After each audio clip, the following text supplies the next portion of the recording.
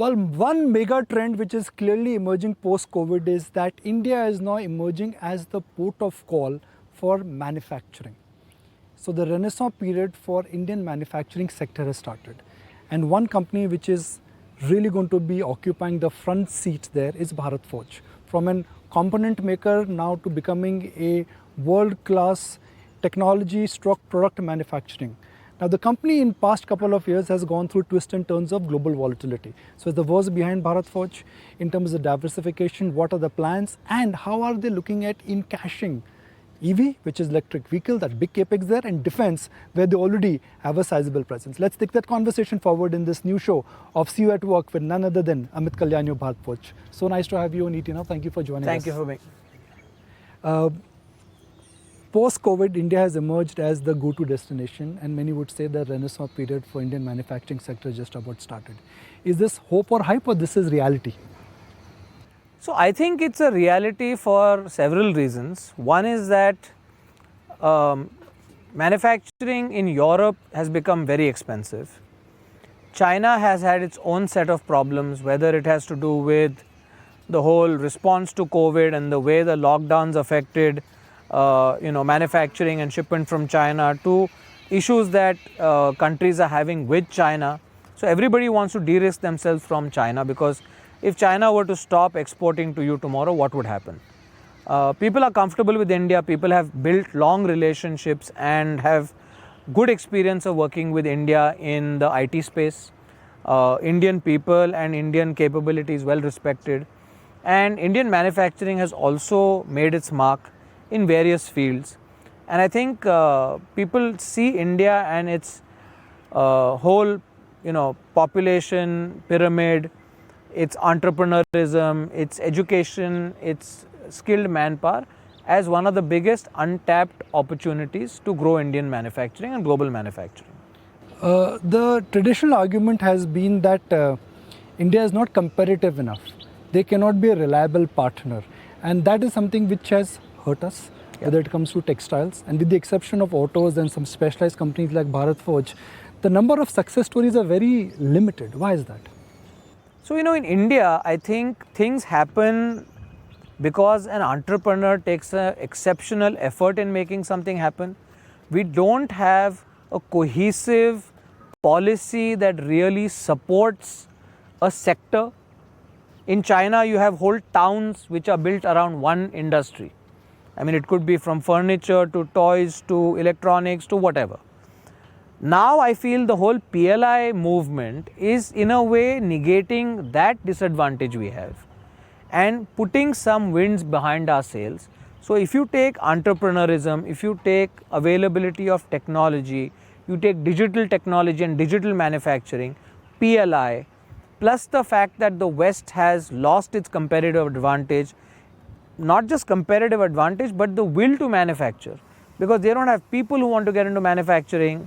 A lot of people have gone out of the workplace or out of the workforce post-COVID. So all these have led to this vacuum being created, which I think India can take up very quickly. The second factor is that India is going to be a big driver of global growth and global demand. I often used to say that China has built infrastructure for their grandchildren and we are still building for our grandparents. I mean, our cities are underdeveloped from any point of view. And India needs to urbanize at a pace which we have never seen. And if that has to happen, we have to build huge amount of infrastructure. And for building all that infrastructure, Make in India is going to be the way forward.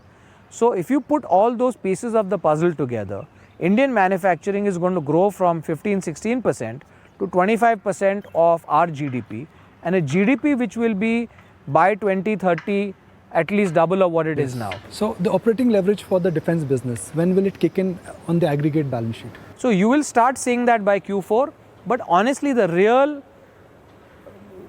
think this year will be the year of big growth, but the real growth will come next year as well. So we are at your R&D center. I'm being told that we would be entering what, my son says, the Tony Stark kind of a workshop, all excitement, all gadgets, all equipment. So what is the space where you're entering? So this is the Kalyani Center for Technology and Innovation. Okay. So we have two centers here. the Kalyani Center, so that is the Kalyani Center for Technology Innovation. This is the Kalyani Center for Manufacturing Innovation. So technology innovation focuses on fundamental technology, material development, material testing, and stuff like that. Whereas here we actually take the technologies that we develop there, the knowledge we develop, and convert it into products. So here we have everything from jet engines which we test, which we have made ourselves, to making gearboxes for helicopters, to making extremely advanced drones, unmanned aerial vehicles, unmanned ground vehicles, electric vehicles, things for defense that are behind those screens which we can't show you, and so on and so forth. Chale, we look forward to see that. Mr. Kalyani, what is this? So this is an unmanned ground vehicle that we built. Okay. It is electric plus engine operated. So the engine can charge the battery. So it can work in fully silent mode, or it can use the engine to charge the battery and increase the range. And it is fully amphibious, so it can even go through water. Wow. So basically we built this for patrolling sensitive facilities. Like during Pulwama, how people infiltrated our base and attacked. You can put a remote control weapon station on this. You can put a tranquilizer gun on it. You can do anything you want with it. And these can work as a swarm. So there are 2-3 of them that can work together to pin people. You can work with the small one and the big one together. So this thing is a 6x6. This one is a 4x4. This has a hybrid electric drive, which means it has a engine and a battery, but the drive is by electric motor, so it can run in fully silent mode. It can go up to about 20 kilometers an hour, and it can climb 30 degrees. It's got silent capability of about 6 to 8 hours and almost 12 hours in hybrid mode. And it can go through water as well. It runs off of remote control. It has a large range, some 8-10 kilometers, and it's got a full IR sensor and camera on top, so you can see in day and night, plus you can do thermal imaging. And if you were to mount any kind of payload on it, you can even put a stretcher on it if you want to, bring someone who's injured or whatever. You can carry some cargo. You can, it's a multi-purpose use vehicle. Basically, where you have to do patrolling and it may be hazardous and you don't want to risk the life of someone, this can do patrolling in a dumb manner or in an intelligent manner. And it can also be connected by link to a drone, which will give an overhead picture, and that drone and this together can work to find someone and triangulate and pin them down, incapacitate them, or do whatever else is needed. So if you take the clock back and if one looks at the construct of Bharat Forge, there was a time it was 100% automotive. Then came the engineering and industrial business.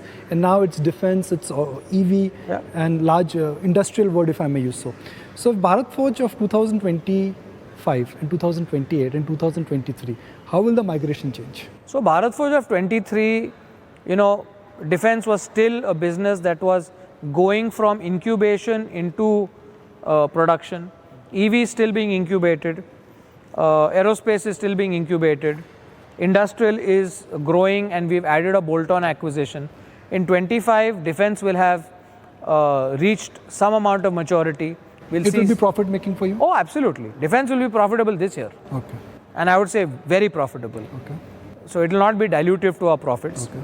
EV will, aerospace is also growing. Aerospace has grown almost 100% all over last year to this year. It will continue to grow. We have a large pipeline, also very profitable. EV by 25 will become, go from incubation to revenue and should be profitable. By 28, I think defense will have matured. It will have become a serious business with 2 or 3 verticals within it. And each one with its own growth opportunities and global growth opportunities. I mean, if you look at a defense business today, we have an order book of over 2,000 crores, and that's all exports. So all the vehicles are meant for exports? No, this is still a proto stage. Okay. What we have in the other plant are what we are already exporting, which are our guns and our mounted guns and vehicles. Then aerospace will be a high growth business. EV will have matured, and by 2030, I think all these will have matured, and will be in a stage where there'll be a platform business.